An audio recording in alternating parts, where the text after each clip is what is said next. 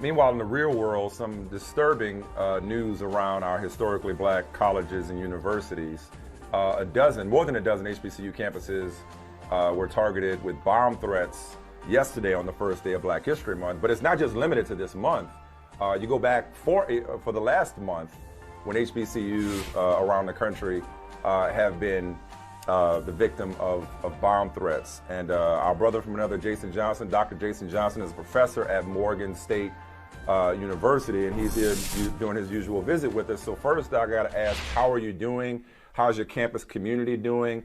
What can you tell us about this experience from a Morgan State perspective? And also, as you're so eloquent at doing, just what this means in the grand scheme of things, because bomb threats are nothing new to black people in this country. So I'll tell you guys first, thanks for checking on me. It was really hard. It was harder than I expected. And when I talked to my students yesterday, we had classes virtually yesterday because the campus was shut down. Their responses were sort of all over the place. There were students who were afraid. There were students who were saying that, you know what, they were used to this, that they had gone to high schools where there were bomb threats. And I think that's important for people to understand. We're not talking gun violence anymore.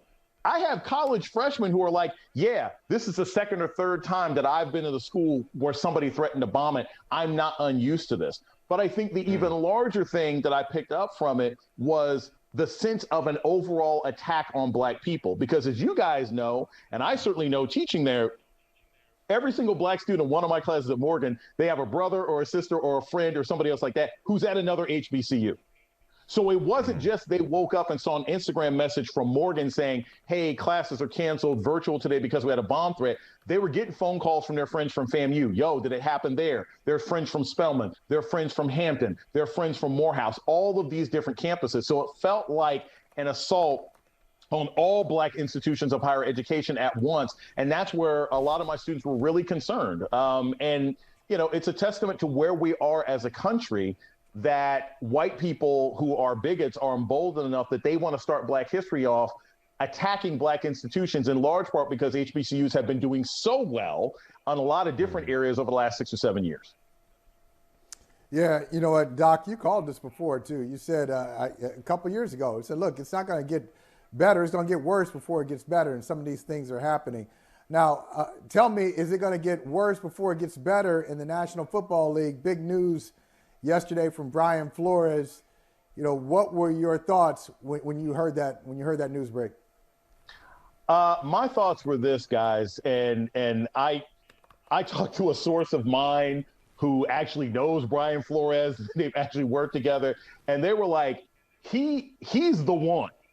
They're like, this is the guy. When he was fired, my source said to me that there were people who were extremely upset in the Dolphins organization. There were players who were in rage-filled tears about his firing. And there are other people in the organization who said, look, he's going to get back at this organization about this, either by getting to another team and going 14-3, or by suing and burning this whole thing down. So I am happy for what he has done. As you guys know, I've said here, he never should have been fired to begin with. I wanted him to get hired by the Seahawks. He's a great defensive coach, and he can beat Sean McVay. He's the reason that the Patriots beat the fantastic greatest show on turf Rams and held them to 3 points in the Super Bowl. He's clearly qualified. But I think the bigger issue here is that we all know how racist as an institution the NFL is. But what he's also exposing is the corruption. If he can prove, and I'm sure he doesn't make the allegation if he can't prove it, if he can prove that Stephen Ross was trying to pay him $100,000 to take games,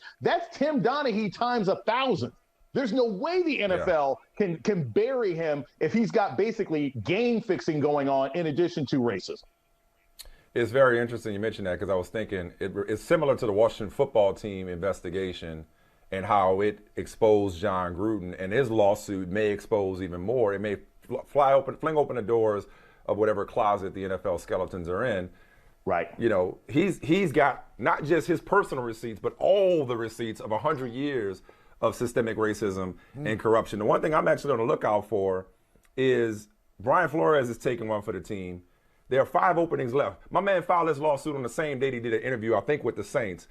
Does somebody in the NFL say, yo, We can't go 0 for 9. Not under these circumstances. We will convict ourselves if we do this.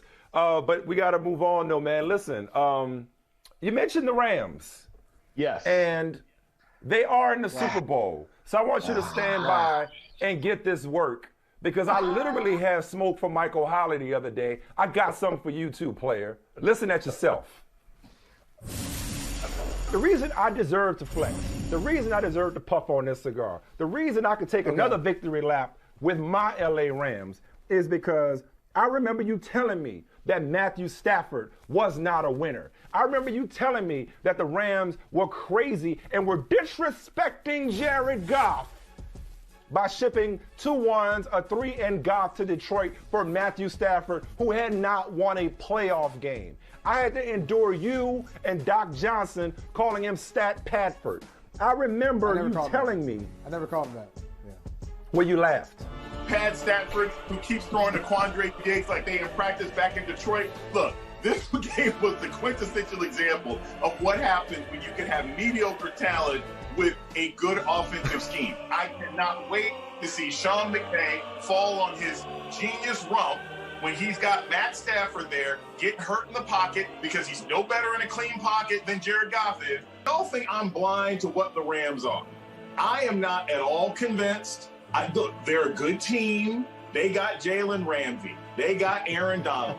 They got the poor man's Jared Goff, Matt Stafford. They got all these things. It's wonderful. I have a tremendous amount of faith in the Los Angeles Rams to throw at least 2 touchdowns in the form of a pick 6 to the Packers when they face them in the playoffs. So that's what I think. That's what I think about the Rams.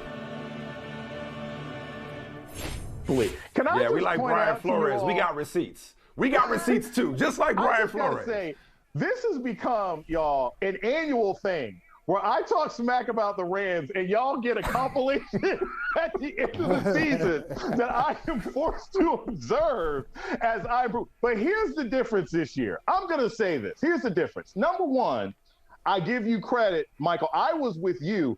I woke up Sunday morning. I called one of my boys, my boy Jason in Atlantic is my witness. I was like, I think the Bengals are going to win. Like I felt Sunday morning that the Bengals were gonna win it. When it comes to the Rams, I was at the game. Mm-hmm. And what I will never, ever back away from is that it took one absolute screw up by a San Francisco 49ers defensive back that changed that game.